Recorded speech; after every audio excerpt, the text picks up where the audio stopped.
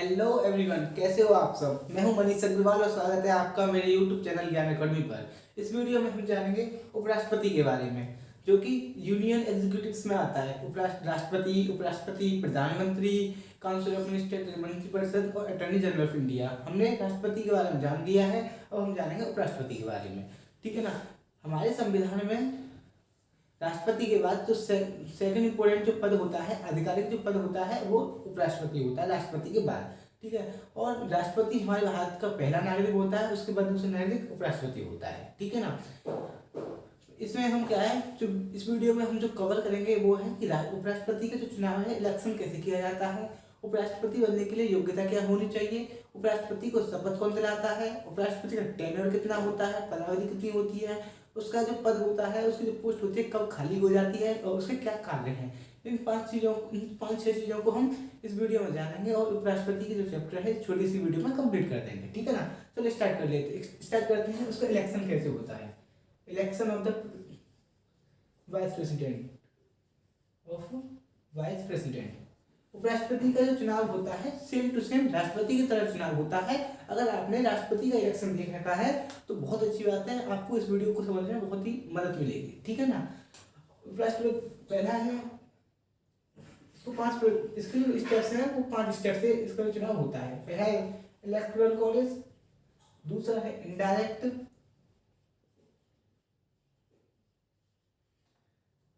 तीसरा है हमारा PRS proportional representative system, single transferable vote,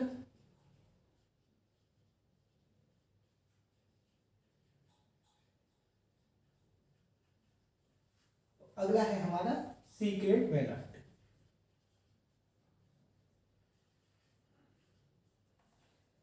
sir MLA और MP की तरह जो वाइस प्रेसिडेंट होता है उसका चुनाव उस प्रकार नहीं किया जाता। MLA और MP का चुनाव डायरेक्ट जनता करती है, लेकिन वाइस प्रेसिडेंट और जो प्रेसिडेंट का जो चुनाव होता है वह अप्रत्यक्ष रूप से होता है। दैट मीन्स कि इनडायरेक्ट वे में इनका जो है चुनाव होता है। ठीक है ना। जिस प्रकार जो MLA और MP में जो वोटर्स होते हैं वो 18 साल की उम्र को क्रॉस करने के वाले व्यक्ति होते हैं, वो वोट डालते हैं। लेकिन जो वाइस प्रेसिडेंट या फिर राष्ट्रपति होता है उसको चुनाव की जो वोटर्स होते हैं वो अलग अलग होते हैं। प्रेसिडेंट के वोटर्स होते हैं वो अलग होते हैं और वाइस प्रेसिडेंट के वोटर्स होते हैं अलग होते हैं। इस वीडियो हम वाइस प्रेसिडेंट की बात कर रहे हैं तो उसके बारे में बात कर लेते हैं। तो इलेक्टोरल कॉलेज बताता है वोटर्स के बारे में कि वाइस प्रेसिडेंट के चुनाव में कौन कौन किस प्रकार के व्यक्ति हैं, कौन कौन है जो वोट डाल सकते हैं। तो इलेक्टोरल कॉलेज में वाइस प्रेसिडेंट में जो चुनाव में जो वोट डालने वाले व्यक्ति हैं वो हैं हमारे संसद के जो 2 चैम्बर्स होते हैं, लोकसभा और राज्यसभा के सदस्य लोकसभा और राज्यसभा के दोनों होंगे, और दोनों में जो मनोनीत सदस्य होते हैं, निर्वाचित सदस्य होते हैं, मनोनीत जिनको हमारे जो मनोनीत करके उनको सिलेक्ट किया जाता है। ठीक है। और एक होते हैं जो जनता मतलब चुनाव लड़ते हैं, प्रत्यक्ष रूप से क्या है जनता में चुनाव लड़ते हैं वो।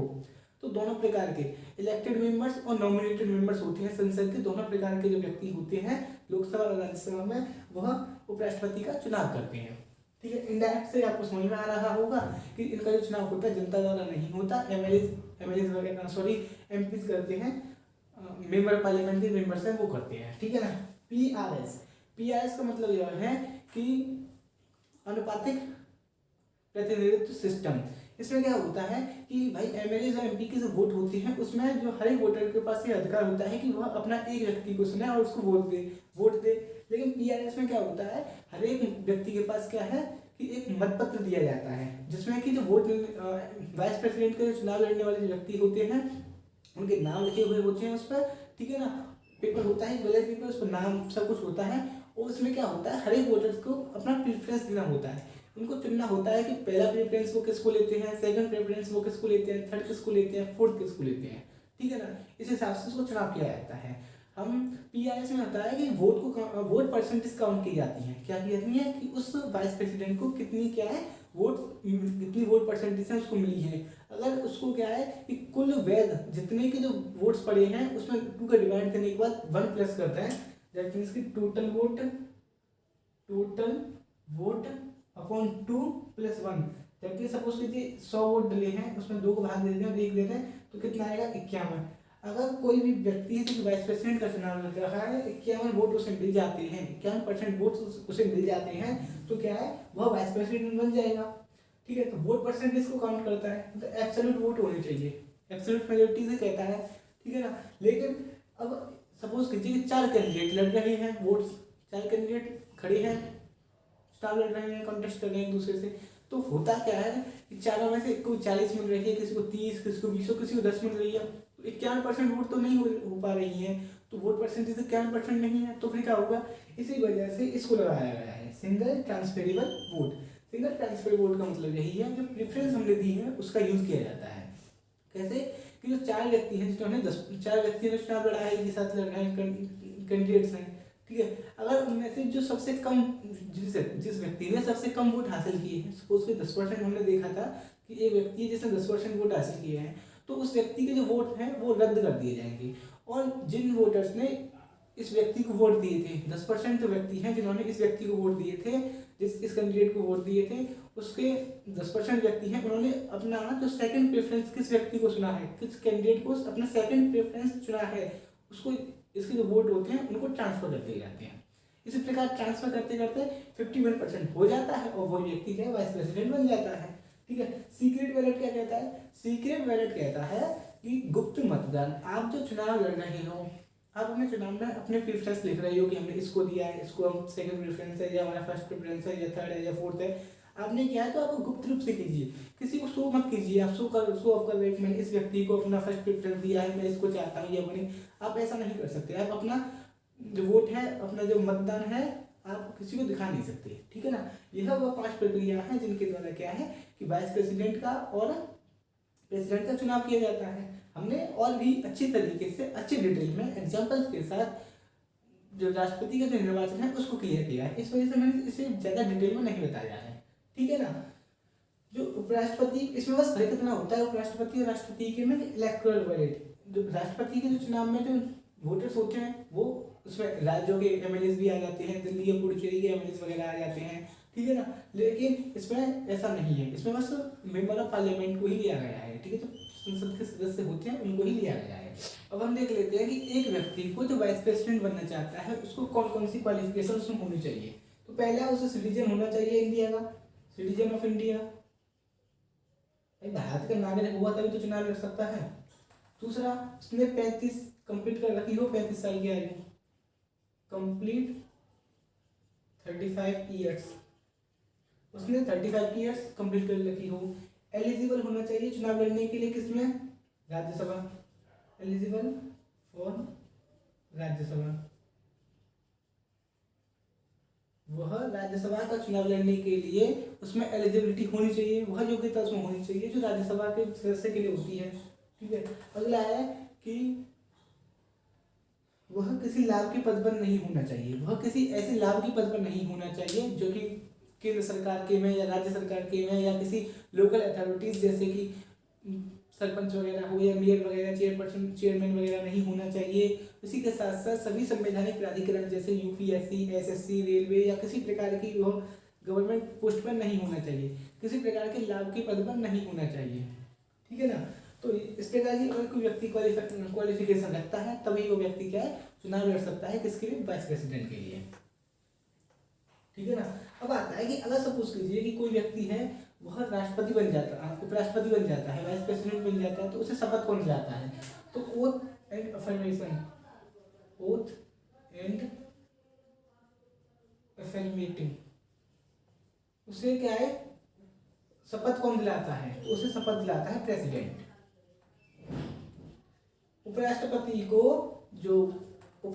को उसकी शपथ, उसके पद की शपथ कौन दिलाता है, प्रेसिडेंट दिलाता है। अगर सपोज कीजिए प्रेसिडेंट बिजी रहता है तो कोई भी person, any person appointed by the prime minister,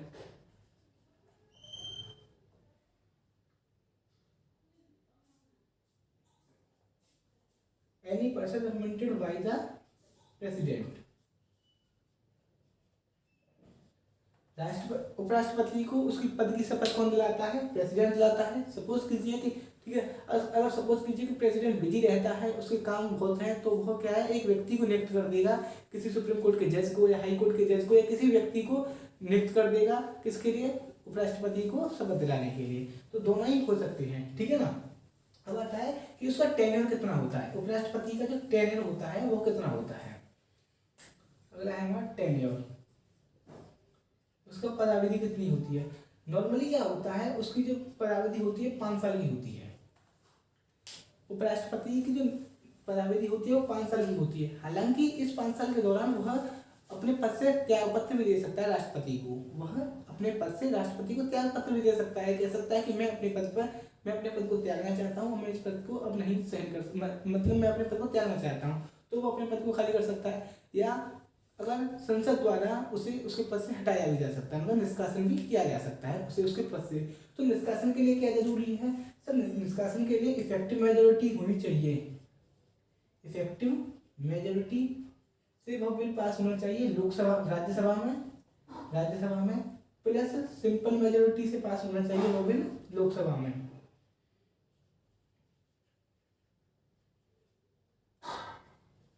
ठीक है ना, मतलब अगर राष्ट्रपति को, अगर उपराष्ट्रपति को उसके पद से हटाना है तो महाभियोग नहीं लगा सकते, क्योंकि हमारे संविधान में जो इम्पीचमेंट है, महाभियोग है, वो कब लगाया जाता है और किस पर लगाया जाता है, संविधान के उल्लंघन होने पर राष्ट्रपति पर लगाया जाता है उसको उसके पद से हटाने के लिए। लेकिन उपराष्ट्रपति को हटाने के लिए हमारे संविधान में महाभियोग नहीं लगाया जाता है, उसे बस सिंपल इफेक्टिव मेजोरिटी से राज्यसभा में वो बिल पास हो जाए और सिंपल मेजोरिटी से वो बिल लोकसभा में पास हो जाए तो उस व्यक्ति को उसके पद से हटा सकते हैं। ठीक है ना, हमने इफेक्टिव और सिंपल मेजोरिटी दोनों का डिस्कस मेजोरिटी के टैक्स में कर रखा है, तो इसमें कोई करने की जरूरत नहीं है।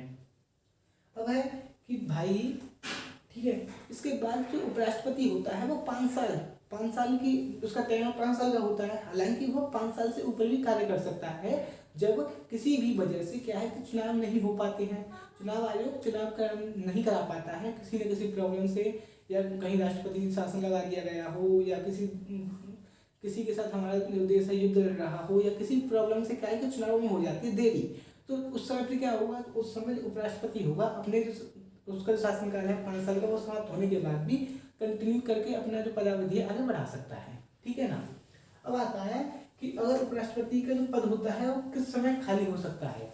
Vacant the office of vice president, हमारे जो वाइस प्रेसिडेंट का जो ऑफिस होता है, पद होता है, किस किस जगह समय खाली हो सकता है। पहला, अगर वह अपने 5 साल की जो अवधि है पूरी कर ले तो उसका पद है खाली हो जाएगा, फिर चुनाव आयोग नया चुनाव कराएगा और नया एक उपराष्ट्रपति निकल कर आएगा। ठीक है ना, अगला है कि अगर उसके समय शासनकाल के दौरान अगर उसकी मृत्यु हो जाती है तो उसका पद खाली हो जाएगा राष्ट्रपति का।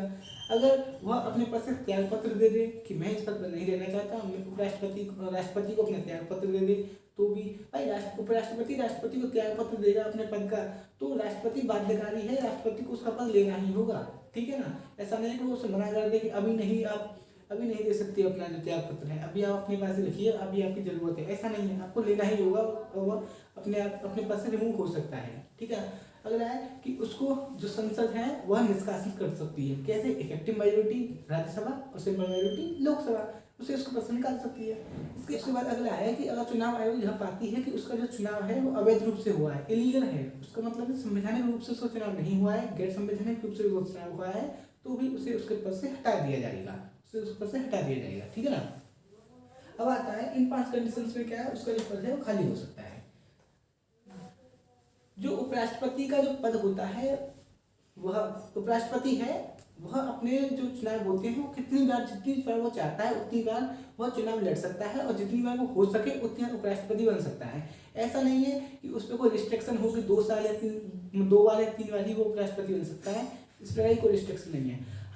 हालांकि जो अमेरिका है, अमेरिका में क्या होता है कि एक व्यक्ति है वो 2 बार ही राष्ट्रपति बन सकता है, 2 बार ही राष्ट्रपति या उपराष्ट्रपति वगैरह बन सकता है। लेकिन भारत में ऐसा कुछ नहीं है, भारत में राष्ट्रपति हो या उपराष्ट्रपति वो जितनी बार चाहे उतनी बार चुनाव लड़ सकता है, जितनी बार जीत सके उतना जीत सकता है, खूब आराम से अपने पद पर बना रह सकता है। ठीक है ना, अगला है हमारा कि भाई वाइस प्रेसिडेंट का हमने सब कुछ समझ लिया। अब हम चुनाव उसका कैसे होता है, उसको शपथ कौन दिलाता है, उसके लिए योग्यता क्या होनी चाहिए, उसका टेन्योर कितना होता है, उसका टेन्योर कब खाली होता है, उसका पद कब खाली हो सकता है, अब उसका फंक्शन क्या है ये तो देखना है। सर उसका जो वाइस प्रेसिडेंट का फंक्शन है वो उसके 2 फंक्शंस होते हैं, वह दोहरी भूमिका निभाता है, वो 2 भूमिका निभाता है। पहला कि वो राज्यसभा का चेयरपर्सन होता है, जिस प्रकार लोकसभा का जो हेड होता है वो लोकसभा अध्यक्ष होता है, उसी तरह राज्यसभा का जो सभापति होता है, राज्यसभा का जो चेयरपर्सन होता है, वह वाइस प्रेसिडेंट होता है, ठीक है ना। इसी प्रकार जो उपराष्ट्रपति भारत के उपराष्ट्रपति सेम जो अमेरिका का उपराष्ट्रपति होता है उसी की तरह भारत का जो उपराष्ट्रपति होता है उतना ऐसा ही उपराष्ट्रपति क्या होता है, अमेरिका का होता है। अमेरिका का उपराष्ट्रपति भी क्या है, अपनी जो राज्यसभा होती है उसका अपर सीनेट का क्या है, अपर सीनेट है, उसमें अपर सीनेट होती है, अपर सीनेट का क्या है, वह भी क्या है, सभापति है। जिस प्रकार हमारा जो उपराष्ट्रपति है, लोग राज्यसभा का सभापति है, वह अपर सीनेट का क्या हेड है, सभापति है, ठीक है ना।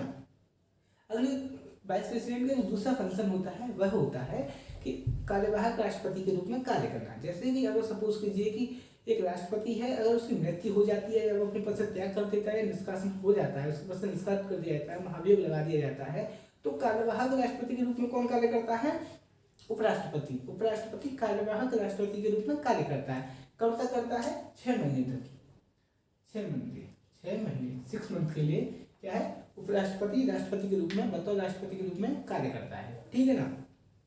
लेकिन चुनाव आयोग को 6 महीने के अंदर राष्ट्रपति के लिए चुनाव कराना ही होगा, नहीं मतलब ठीक है। लेकिन 6 महीनों के अंदर चुनाव आयोग को क्या है, राष्ट्रपति के लिए चुनाव कराना ही होगा, राष्ट्रपति को चुनने के लिए, ठीक है ना। उपराष्ट्रपति राष्ट्रपति के पद के लिए ओनली 6 महीने तक ही रह सकता है कार्यवाहक राष्ट्रपति के रूप में। इसके अतिरिक्त अगर सपोज कीजिए राष्ट्रपति जिंदा है, उससे पद पर बना है सब कुछ, लेकिन वह विदेश यात्रा पर गया है या कहीं बीमार हो गया है या अनुपस्थित है या छुट्टी पर है, किसी भी तरीके से वह अपने पद पर नहीं है, कार्य करने में असमर्थ है, तो भी उपराष्ट्रपति बतौर राष्ट्रपति के रूप में कार्य करेगा, ठीक है। इस चीज़ में राष्ट्रपति का जो फंक्शन होता है राष्ट्रपति से इसी चीज़ में अलग है। वह यह है कि अमेरिका में अगर राष्ट्रपति की मृत्यु हो जाती है, वह अपने पद से हट जाता है, तो जितना समय उपराष्ट्रपति को जो बचता है बतौर राष्ट्रपति रूप में कार्य करने में, तो उपराष्ट्रपति राष्ट्रपति तो बन जाता है। अमेरिका में क्या होता है कि अगर सपोज कीजिए कि किसी राष्ट्रपति की मृत्यु हो गई या उसका निष्कासन हो गया या त्यागपत्र उसने दे दिया, तो कार्यवाहक तो वह राष्ट्रपति के रूप में कौन कार्य करेगा, उपराष्ट्रपति करेगा। लेकिन यह इंडिया से अलग, भारत से अलग अमेरिका का जो उपराष्ट्रपति होता है, वह जितना जो समय बचता है बतौर राष्ट्रपति के रूप में जितना समय बचता है वह उतना समय कार्य करता है। जैसे कि सपोज कीजिए 1 साल के बाद, सपोज कीजिए कि एक अमेरिका का प्रेसिडेंट है जिसने 1 साल कार्य किया, उसकी क्या होती है, मृत्यु हो जाती है, डेड, वो क्या है, उसकी क्या है, मृत्यु हो जाती है, वह मर गया, तो बतौर राष्ट्रपति के रूप में कार्य कौन करेगा, वाइस प्रेसिडेंट करेगा। और यह वाइस प्रेसिडेंट कब तक कार्य करेगा, 3 इयर्स, 3 साल तक यह वाइस प्रेसिडेंट बतौर राष्ट्रपति के रूप में कार्य करेगा, जब तक कि नए चुनाव नहीं हो जाते। लेकिन भारत में वह व्यक्ति है बतौर राष्ट्रपति कब तक कार्य करेगा, ओनली फॉर 6 मंथ, 6 महीनों के बाद चुनाव आयोग को 6 महीनों के भीतर चुनाव आयोग को क्या है, राष्ट्रपति के लिए चुनाव कराने होंगे। यही वो कुछ क्या है कि डिफरेंस है भारत के उपराष्ट्रपति और अमेरिका के उपराष्ट्रपति में। उसके बाद क्या है कि भारत में उपराष्ट्रपति कितनी भी समय तक उपराष्ट्रपति बन सकता है, जितना मन चाहे उतना चुनाव लड़ सकता है, जितना मन चाहे उस पद पर बैठ सकता है, इसी प्रकार राष्ट्रपति भी। लेकिन अमेरिका में क्या होता है, अमेरिका का जो राष्ट्रपति होता है ओनली 2 बार, उपराष्ट्रपति हो या राष्ट्रपति ओनली 2 बार ही चुनाव लड़ सकता है, राष्ट्रपति के उपराष्ट्रपति के ओनली 2 बार ही चुनाव लड़ सकता है, इसके अतिरिक्त वो चुनाव नहीं लड़ सकता, ठीक है ना। ऐसा करता हूँ आपको वीडियो अच्छी लगी होगी, वीडियो अच्छी लगी है तो लाइक कीजिए, शेयर कीजिए, और चैनल सब्सक्राइब नहीं किया हो तो चैनल सब्सक्राइब कीजिए। मिलते हैं अगली वीडियो में, धन्यवाद।